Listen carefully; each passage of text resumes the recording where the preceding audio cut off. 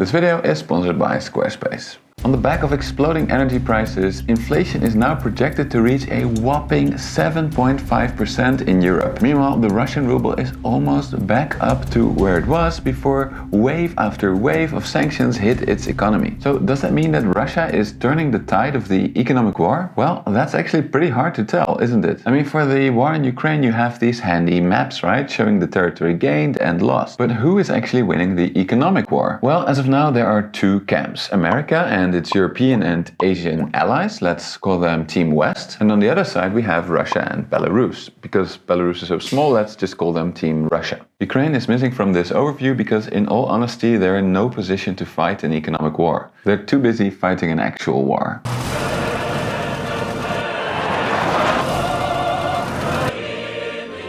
Now, about these sanctions, or as Putin might say, special economic operations. Sanctions isn't just one thing, there are actually a lot of different types of sanctions. To make sense of all of this, I will use 5 different categories of offensive sanctions. Sanctions imposed on individual companies or individuals, so-called smart sanctions. Financial sanctions targeted at banks or even the central bank. Trade sanctions that limit either imports or exports. Travel restrictions, and finally, because these are crucial in this conflict, energy sanctions.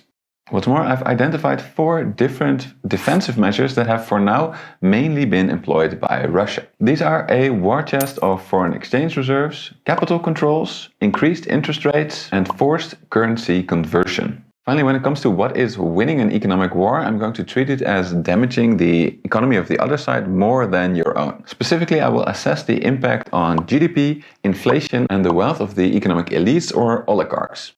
So let's use these categories to go through what sanctions and defensive measures have been employed so far, so that we can see who is really winning this economic war.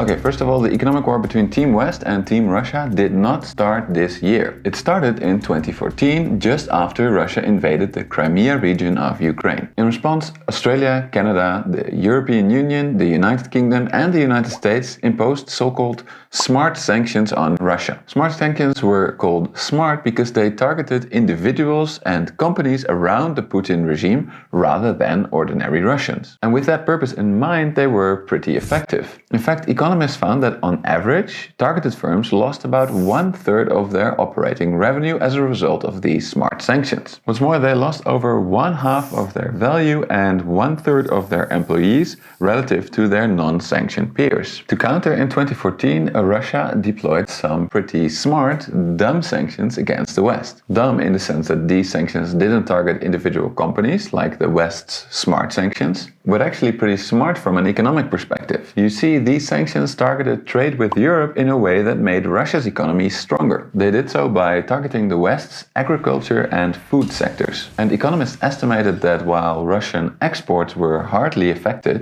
Western foodstuff exports to Russia dropped by roughly $1.3 billion. And temporarily shielded from foreign competition, Russia's agricultural sector thrived. Now, to me, this illustrates how important it is to look at sanctions in detail and also to anticipate how your adversary might react with counter-sanctions. What's more, sanctions may motivate your adversary to impose defensive measures. In this case, the 2014 sanctions motivated Russia to start investing their oil and gas revenues in foreign exchange reserves rather than into its own economy. This in turn made Russia much more resilient to future sanctions. But along with the collapse in oil prices, this likely also resulted in a major drop in the ruble. And this in turn brought about a significant spike in inflation. It also meant that while smart sanctions didn't hit Russia's economy directly, indirectly they did have a large impact. At the same time, Western economies were also hit because they lost a big export market in the agricultural sector. A televised address by President Putin. He said he'd signed a decree recognizing 2 breakaway regions of Ukraine and insisted that history was on his side. In response, Western nations such as the United Kingdom and United States immediately increased their lists of sanctioned individuals. On top of that, they cut off 2 major Russian banks from their massive financial systems and froze some of their assets. Right after that, Japan and Australia followed suit. However, in line with my first video on this subject, Russia's war chest was sufficiently big to offset much of the damage to the ruble from these financial sanctions. And because oil prices remained relatively stable, the impact on the economies of both teams remained relatively small. But then something happened that neither me nor Europe's politicians had expected. In the last several hours, Russia has invaded Ukraine.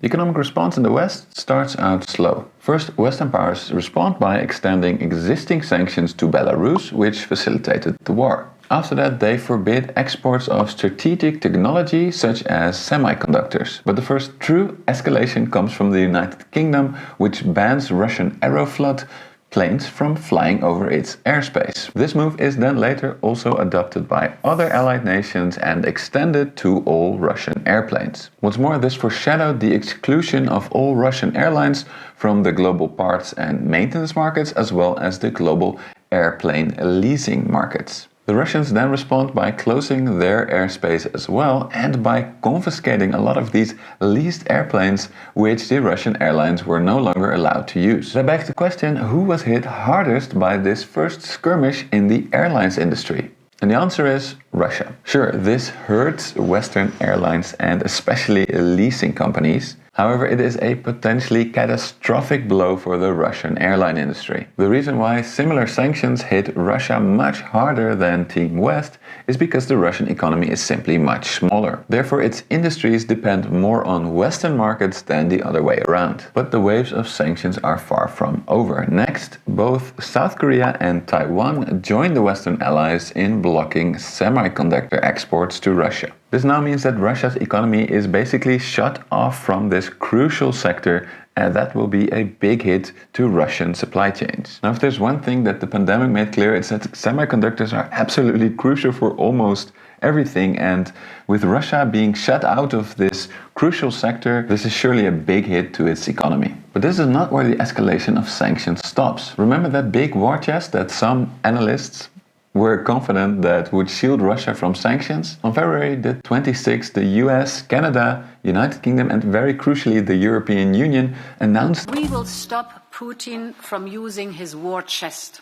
2 days later, the US and EU would indeed prohibit any transactions with the Russian central bank, except for, and this is important, energy transactions. On top of that, Western powers removed some Russian banks from the SWIFT messaging system, again with the important exception of energy transactions. This is a really big exemption because energy transactions accounted for roughly half of Russia's exports in 2020. Then on February 27th, the next major escalation begins. At that date, the corporate exodus from Russia begins. First, BP announces that it will stop cooperating with Russian oil company Rosneft. Similar announcements are then made by companies such as McDonald's, Shell, ExxonMobil, Apple, Google, Microsoft, Ford, and dozens of other multinational companies. This is pretty special because it wasn't part of the sanctions package of Western governments. Instead, it was a preemptive move by firms who do this because they are so concerned with the people of Ukraine, or because they know that this might help them avoid big fines and penalties in the future.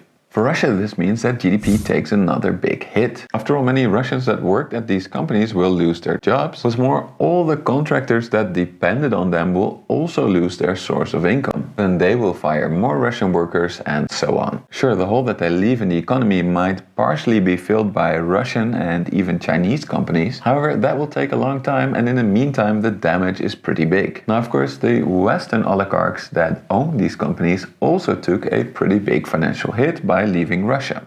Hey Siri, I just lost a lot of money in Russia. I'm very sorry. Maybe it would help to talk to someone about it. But from this point on, it's not just corporations that were leaving Russia, it was also money. You see, expecting massive inflations, a lot of Russians started selling their rubles for Western currencies. And this caused the ruble to lose almost a third of its value in just a few days. This then causes a massive inflation problem for Russia. After all, a fall of the ruble causes massive inflation in Russia because it increases the prices of crucial imports for Russia, such as cars, medicines, and machines. However, because at this point energy prices were starting to skyrocket, the economies in Team West also started to face major inflationary consequences. And that is even before Russia started really fighting back.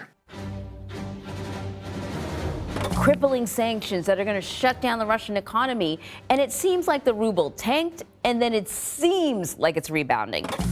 On February 28th, having a frozen war chest and a crashing ruble, the Russian central bank sees no other option than to impose strict capital controls on its own citizens. What this means in practice is that Russian citizens are prevented from transferring money abroad for anything other than crucial imports. What's more, the Russian central bank raised its interest rates to 20% to motivate people to actually keep money in the country and perhaps even to attract foreign investors from non-Western countries. On top of that, and this is really important, Russia orders its exporters to convert at least 80% of what they earn by exporting oil and gas into rubles, effectively increasing the demand for rubles. What this means is that the Russian ruble from that point on was no longer really a market-based currency. In other words, while you can still buy rubles, it's really difficult to sell rubles. And now it's really important to remember that Russia is a trade surplus country. This means that Russian oil, gas and commodity exports